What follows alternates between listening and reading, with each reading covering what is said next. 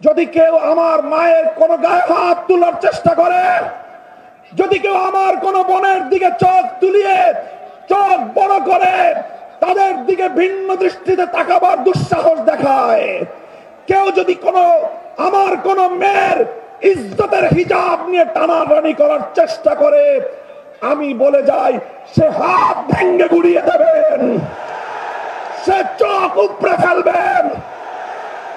মায়ের ইজ্জত রক্ষা করার জন্যে, বোনের ইজ্জত রক্ষা করার জন্যে আমি বলি আমি কোন আইন মানব না, আমি বিদ্রোহ করব। গোটা বাংলাদেশে আগুন জ্বলবে, আগুন। খবরদার, হুঁশিয়ার করে দেই, যদি নারী সমাজের গায়ে হাত তোলা হয়, তাদেরকে যদি অসম্মান করা হয়, যে আগুন জ্বলবে সে আগুন নিভানোর ক্ষমতা কারো হবে না।